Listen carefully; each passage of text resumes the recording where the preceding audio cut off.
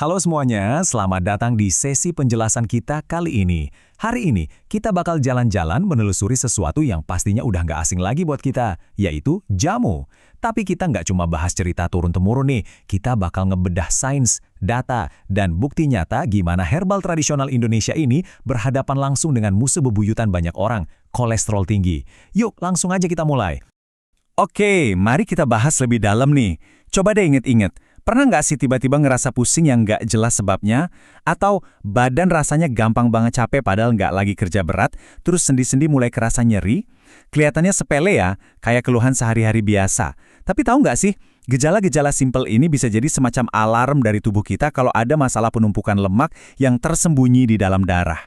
Nah, untuk membedah itu semua, ini dia peta perjalanan kita hari ini. Kita bakal bahas mulai dari ancaman senyap kolesterol tinggi, gimana cara kerja obat herbal, ekstrak daun apa aja yang ampuh, bumbu dapur penumpas lemak, terus kita bakal kupas tuntas mitos atau fakta seputar kayu manis, dan ditutup dengan cara memadukan herbal dan gaya hidup.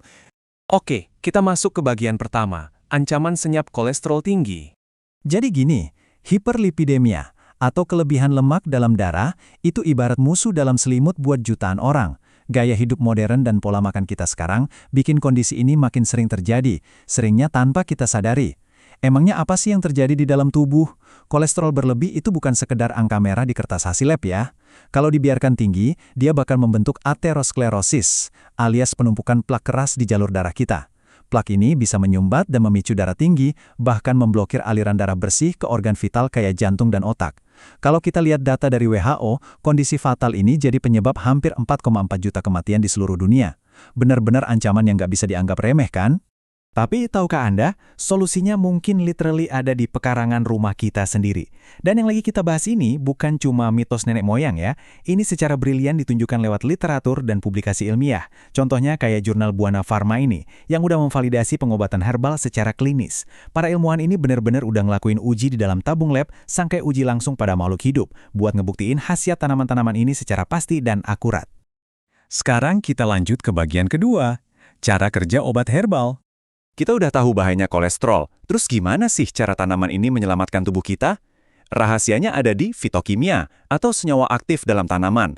Dua yang paling jadi jagoan adalah flavonoid dan saponin. Bayangin aja, mereka ini kayak tim pembersih mikroskopis yang masuk ke aliran darah kita. Flavonoid ini tugasnya bereaksi langsung buat ngikis endapan plak alias kolesterol jahat di dinding pembuluh darah. Terus dibantu saponin. Perlindungan ini mencegah penumpukan itu terjadi lagi sambil melindungi darah dari kerusakan gara-gara stres oksidatif. Proses biologisnya ini jalan dalam 4 langkah yang super presisi. Pertama, flavonoid bakal ngehambat enzim yang namanya HMG-CoA reduktase. Ini pinter banget sih, soalnya enzim inilah yang memproduksi kolesterol di hati kita. Jadi ekstrak tanaman ini langsung nyetop produksinya di pabriknya. Kedua, senyawa ini ningkatin aktivitas enzim LCAT. Ketiga, enzim LCAT ini bakal ngubah kolesterol bebas jadi bentuk ester, biar lebih gampang ditangani sama kolesterol baik. Dan langkah terakhir, antioksidan di daun, mencegah kolesterol jahat itu teroksidasi. Hasilnya, darah Anda nggak gampang mengental dan nyumbat pembuluh darah. Nah, sekarang mari kita lihat gimana penjelasan seluler tadi bekerja di dunia nyata. Di bagian ketiga, ekstrak daun penurun kolesterol. Dari mikroskop, kita beralih ke wujud aslinya.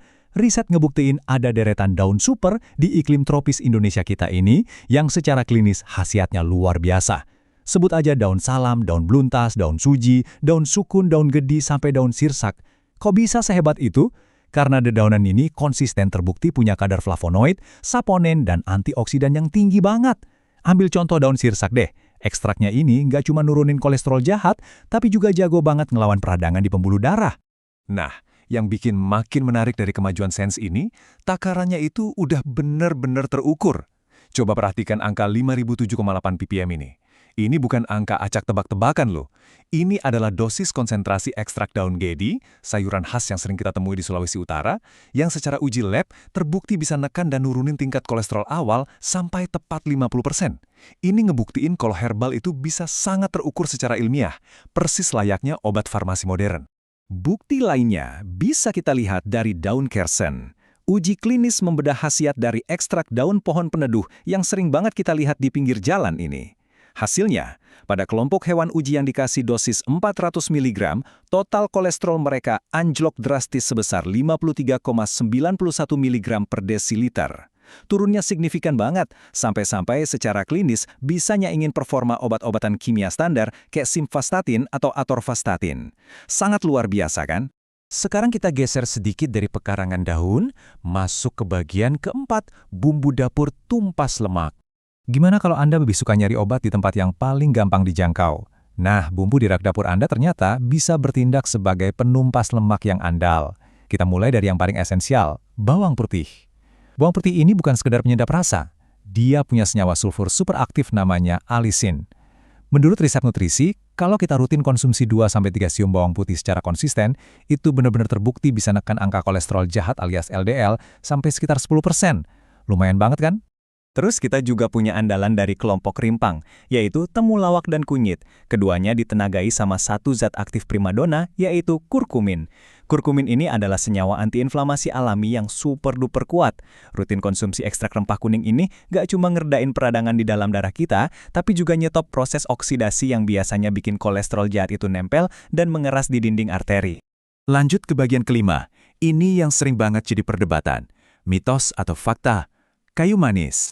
Karena di dunia pengobatan herbal itu gampang banget beredar info yang simpang siur, saya mau nanya langsung nih ke Anda. Apakah air rebusan kayu manis itu beneran ampuh buat melunturkan kolesterol, atau jangan-jangan itu cuma mitos? Hayo, pasti Anda sering banget kan dengar klaim ini dari broadcast di ponsel Anda? Jadi poin krusialnya adalah kita harus selalu lihat langsung apa kata sains. Dan faktanya, kayak yang disampaikan dengan jelas sama ahli seperti Dr. Francisco Lopez Jimenez dari Mayo Clinic, dibilang kalau bukti nyata kayu manis bisa ngurangin lipid darah atau kolesterol, itu ternyata sangat-sangat sedikit. Kalau kita bedah lebih jauh, perbedaannya kelihatan jelas banget. Mitos yang beredar sering bilang kalau kayu manis bisa ajaib melunturkan kolesterol layaknya cairan pembersih lemak.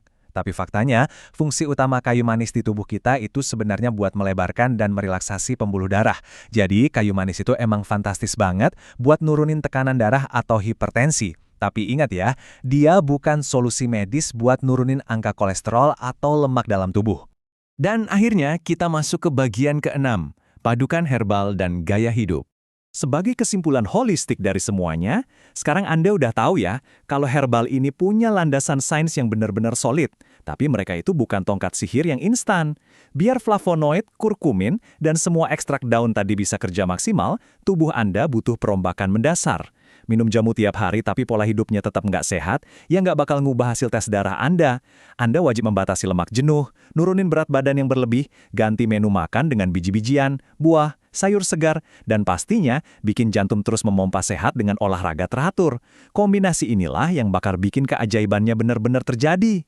Jadi, setelah ngebedah dari sisi sains, ngelihat angkanya, sampai bongkar mitosnya, kita sampai pada satu kesimpulan, pilihan sehat itu beneran ada di pekarangan atau bahkan di rak dapur kita sendiri. Pertanyaannya sekarang, tanaman herbal tradisional Indonesia mana nih yang bakal Anda tambahin ke rutinitas harian Anda mulai hari ini?